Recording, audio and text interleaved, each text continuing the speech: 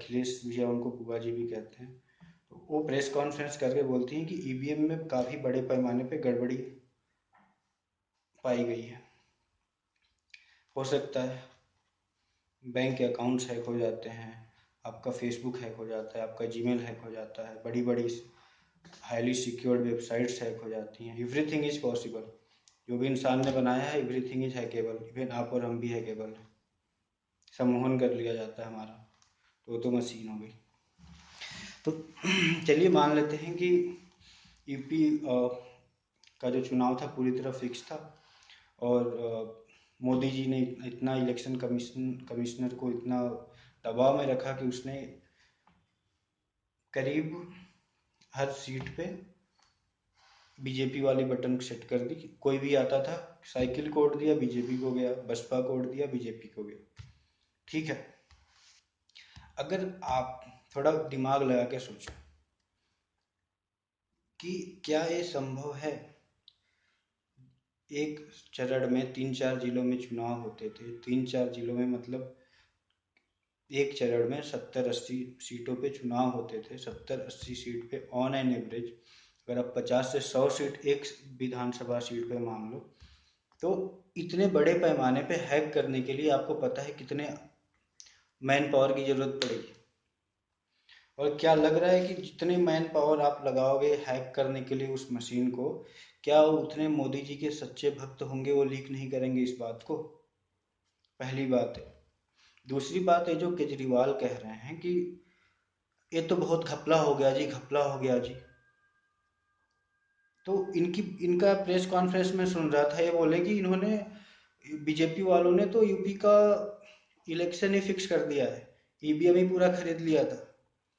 भाई साहब, आपने 67 सीटें दिल्ली में जीत के अभी भी मोदी जी को गालियां देते हो, अभी भी मोदी जी को आप बहाने करते हो कि तुमने ये नहीं किया, ये नहीं करने दे रहे हैं जी, वो नहीं करने दे रहे हैं जी। दिल्ली का बुरा हाल करके रखा हुआ है, वहां पे आपके 67 सीट आ गए।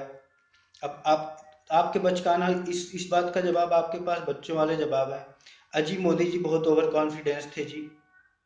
एक क्या बात हुई कि मोदी जी ओवर कॉन्फिडेंस थे?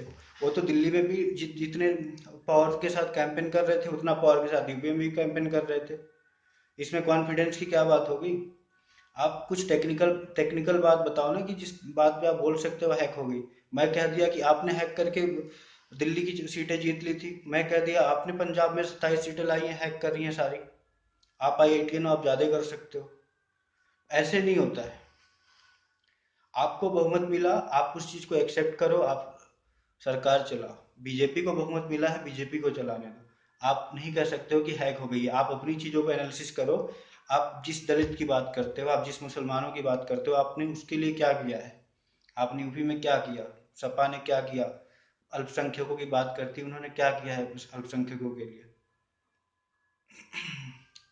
आप लोगों ने बोलते हो भाजपा तुष्टीकरण करती है, ध्रुवीकरण करती है। किस बात का ध्रुवीकरण करती है भाई साहब? वो विकास की बात करते हैं, वो सबको साथ लेके चलने की बात करते हैं। और आप लोग बोलते हो कि ये आ जाएंगे तो तुम्हारा जीना हराम हो जाएगा, तुमको यूपी छोड़ के जाना पड़ेगा, तुम्हारे आरक्षण खत्म हो जाएंगे, तुम्हारे एक खत्म हो जाएंगे। उज्ज्वला योजना कोई सरकार नहीं लाई थी, हर हर गरीब के घर में गैस सिलेंडर पहुंच गया है, और इतना सिस्टमेटिक तरीके से पहुंचा है कि हर गरीब खुश है। मैं अपने गांव में गया था, वहाँ का जो बंदा टीवी नहीं देखता है, न्यूज़पेपर नहीं पढ़ता है, रेडियो नहीं समझता है, वो गैस वाली बात समझ रहा है, वो नोटबंदी वाली बात समझ रहा है। उस बंदे को ना किसी न्यूज़पेपर और टीवी वाले ने नहीं बताया। आजकल तो आप लोग टीवी वाले को भी नहीं छोड़ते हो भाई साहब। आप वाले बोलते हैं बीजेपी ने आज तक को हैक कर लिया है। आप तो सब पूरा देश ही हैक हो गया है। और जो मोदी की बात करें वो तो अंधभक्त हो गया है। ऐसे नहीं होता है। ईवीएम हैक करने का ना, हैक हो जाएगा, बट हैक करने की अभी कोई वो नहीं आई है कि आप हैक कर लोगे। उसमें कोई ऐसी चिप नहीं पा गई है जो ब्लूटूथ उसको कैच कर ले। ऐसी कोई चिप नहीं होती, और टोटली ऑफलाइन मशीन होती है, डिजिटल मशीन होती है। जब आप प्लग करते हो तभी वो चलती है। तो इतनी गंदे भी मत गिर जाओ कि जो बंदा इतना उसका प्रभाव है कि उसने अपनी जीत हासिल करी है, तो उसकी जीत को वेलकम करो। तुम्हारा जो विपक्ष का फर्ज है वो निभाओ। ना कि तुम अपनी अपनी लीडरशिप, एक लीडर, बड़ा लीडर होके अपनी पार्टी की कमी छुपा के बोल रहा है कि ईवीएम की चोरी होगी।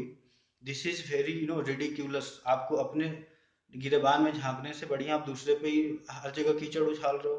पूरे इलेक्शन कैंपेन में कीचड़ उछाले, हर जगह कीचड़ उछाले। इतना अच्छा नोटबंदी का कदम था, उस पे आपने कीचड़ उछाला। हर अच्छे काम पे कीचड़ उछाल रहे हो। तो आप लोगों से रिक्वेस्ट है, साफ सुथरी राजनीति करिए, नहीं तो हमारे जैसे नए नए लड़के ना आने वाले टाइम में आप लोगों का पूरा पत्ता साफ करेंगे। वो भी नहीं देखेंगे कि आप यादव हो, हरिजन हो, ब्राह्मण हो, क्या हो। वो ये देखेंगे कि आप हो क्या, आपने किया क्या है हमारे लिए, आप क्या करने वाले हो, आपका विजन क्या है। उसी पे आपको वोट मिलेगा। आपको कोई कोई नहीं देखेगा, कोई धर्म जाति नहीं देखेगा। आने के 5-10 साल बाद आप लोगों की दुकानें बंद हो जाएंगी। इसलिए अपने आप को सुधार लो आप लोग।